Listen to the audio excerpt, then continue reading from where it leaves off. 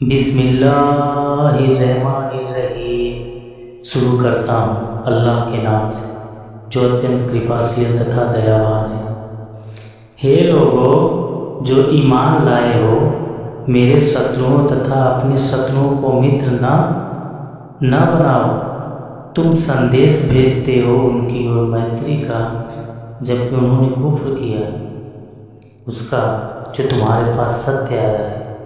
वे देश निकाला देते हैं रसूल को तथा तुमको, इस कारण कि तुम ईमान लाए हो।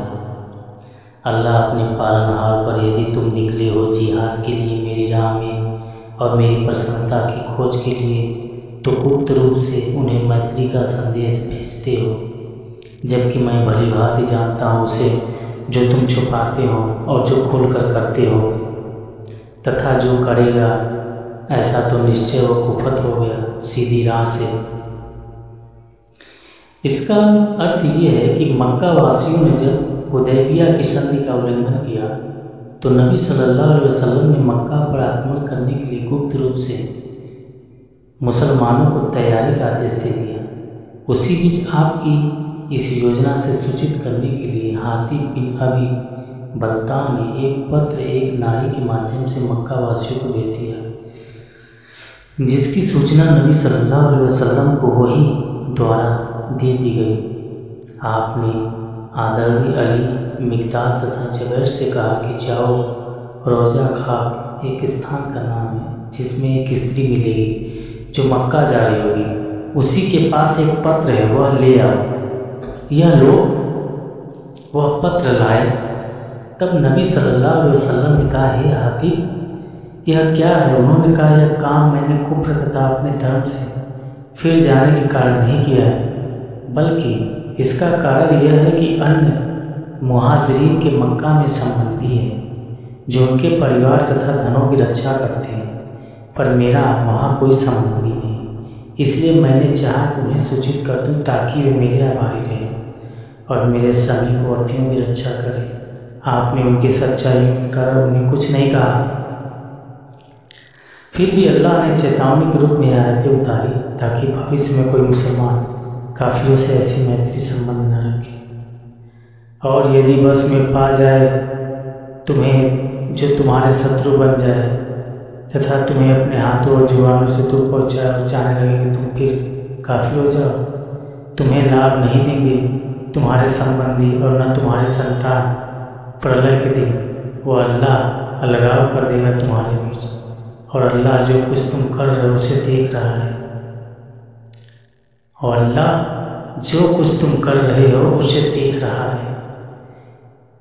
तुम्हारे लिए इब्राहिम तथा उसके साथियों में एक अच्छा आदर्श है, जबकि उन्होंने अपनी जाति से कहा, निश्चय हम विरक्त हैं तुमसे तथा उनसे जिनकी तुम इबादत करते हो। अल्लाह के अतिरिक्त हमने तुमसे कुफ्र किया, खुल चुका है बैर हमारे तथा तुम्हारे बीच और क्रोध सदा के लिए, जब तक तुम ईमान न लाओ अकेले अल्लाह पर। परंतु इब्राहिम का ये कथन अपने पिता से कि मैं अवश्य तेरे लिए क्षमा की प्रार्थना करूँगा और मैं नहीं अधिकार रखता हूँ अल्लाह के समक्ष कुछ। हे हमारे पालनहार, हमने तेरे ही ऊपर भरोसा किया और तेरी ही ओर ध्यान किया है और तेरे ही ओर फिर आना है। हे हमारे पालनहार, हमें न बना परीक्षा का साधन काफिरों के लिए और हमें क्षमा कर दे। हे हमारे पालनहार, वास्तव में तू ही प्रभुत्वशाली गुड़ी है। इस आयत में मक्का की विजय और अधिकांश मुश्रिकों के ईमान लाने की भविष्यवाणी है, जो कुछ ही सप्ताह के पश्चात पूरी हुई और पूरा मक्का ईमान ले आया। निस्संदेह तुम्हारे लिए उनमें से एक अच्छा आदर्श है, उसके लिए जो आशा रखता हो अल्लाह तथा अंतिम दिवस प्रलय की ओर, जो विमुख हो। निश्चिंत अल्लाह निष्प्रह प्रशंसित है। कुछ दूर नहीं कि अल्लाह बना दे तुम्हारे बीच तथा उनके बीच जिनसे तुम बैर रखते हो प्रेम। और अल्लाह बहुत बड़ा सामर्थ्यवान है, और अल्लाह अति क्षमाशील और दयावान भी है। अर्थात उनको मुसलमान करके तुम्हारा दीनी भाई बना दे। फिर ऐसा ही हुआ कि मक्का की विजय के बाद लोग तेजी के साथ मुसलमान होना आरंभ हो गए और जो पुरानी दुश्मनी थी वो प्रेम में बदल गई। अल्लाह तुम्हें नहीं रोकता उनसे जिन्होंने तुमसे युद्ध न किया हो धर्म के विषय में और न बहिष्कार किया हो तुम्हारे देश से, इससे कि तुम उनसे अच्छा व्यवहार करो और न्याय करो उनसे। वास्तव में अल्लाह प्रेम करता है न्यायकारियों से। इस आयत में सभी मनुष्यों के साथ अच्छे व्यवहार तथा न्याय करने की मूल शिक्षा दी गई है, उनके सिवा जो इस्लाम के विरुद्ध युद्ध करते और मुसलमानों से बैर रखते हैं। तुम्हें अल्लाह बस उनसे रोकता है जिन्होंने युद्ध किया हो और तुमसे धर्म के विषय में तथा बहिष्कार किया हो, तुम्हारे घरों से और सहायता की हो तुम्हारा बहिष्कार कराने में, कि अल्लाह तुम मैत्री रखो उनसे, और जो मैत्री करेंगे उनसे तो वही अत्याचारी है। हे ईमान वालों, जब तुम्हारे पास मुसलमान स्त्रियां हिजरत करके आए तो उनकी परीक्षा ले लिया करो, अल्लाह अधिक जानता है उनके ईमान को। फिर यदि तुम्हें यह ज्ञान हो जाए कि वे ईमान वालियाँ हैं तो उन्हें वापस ना करो काफिरों की ओर, और न वे औरतें हलाल वैध हैं उनके लिए और न वे काफिर हलाल वैध हैं उन औरतों के लिए, और चुका दो उन काफिरों को जो उन्होंने खर्च किया हो, तथा तुम पर कोई दोष नहीं है कि विवाह कर लो उनसे जब दे दो उन्हें उनका महार स्त्री उपहार, तथा न रखो काफिर स्त्रियों को अपने विवाह में, तथा मांग लो जो तुमने खर्च किया हो, और चाहिए कि वे काफिर मांग ले जो उन्होंने खर्च किया हो। ये अल्लाह का आदेश है, वह निर्णय कर रहा है तुम्हारे बीच, तथा अल्लाह सब जानने वाला कोई है।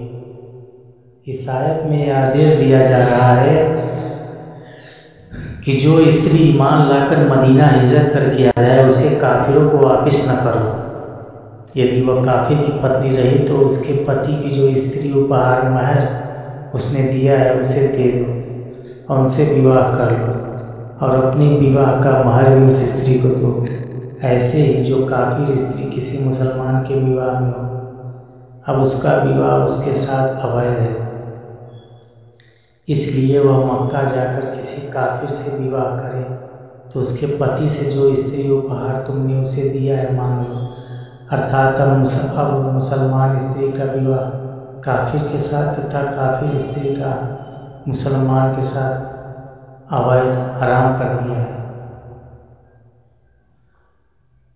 और यदि तुम्हारे हाथ से निकल जाए तुम्हारी कोई पत्नी काफिरों की हो और तुम्हें बदले का अवसर मिल जाए तो चुका दो उन्हें जिनकी पत्नियां चली गई उसके बराबर जो अल्लाह ने जो उन्होंने खर्च किया है, तथा डरते रहो उस अल्लाह से जिस पर तुम ईमान रखते हो। भावार्थ यह है कि मुसलमान होकर जो स्त्री आ गई है उसका महर जो उसके काफिर पति को देना है वह उससे न देकर उसके बराबर उस मुसलमान को दे दो जिसकी काफिर पत्नी उसके हाथ से निकल गई है। हे नबी, जब आए आपके पास ईमान वालियाँ ताकि वचन दे आपको इस बात पर कि वे साक्षी न बनाएंगे अल्लाह का, किसी को न चोरी करेगी, न बेविचार करेगी, न वध करेगी अपने संतान को, न कोई ऐसा आरोप कलंक लाएंगे जिससे उन्होंने धर लिया हो अपने हाथों तथा पैरों की आगे, न अवज्ञा करेगी आपकी किसी भले काम में तो आप वचन ले लिया करें उनसे तथा क्षमा की प्रार्थना करें उनके लिए अल्लाह से। वास्तव में अल्लाह अति क्षमाशील तथा दयावान है। हदीस में है कि आप सल्लल्लाहु अलैहि वसल्लम इस आयत द्वारा उनकी परीक्षा लेते और जो मान लेते उससे कहते कि जाओ मैंने तुमसे वचन ले लिया और आपने अपनी पत्नी के अलावा कभी किसी नारी के हाथ को हाथ नहीं लगाया। हे ईमान वालों, तुम उन लोगों को मित्र न बनाओ, क्रोधित हो गया है अल्लाह जिन पर भी निराश हो चुके हैं आखिरत परलोक से, उसी प्रकार जैसे काफिर समाधि में पड़े हुए लोगों के जीवित होने से निराश है। आखिरत से निराश होने का अर्थ उसका इनकार, जैसे उन्हें मरने के पश्चात जीवन का इनकार है।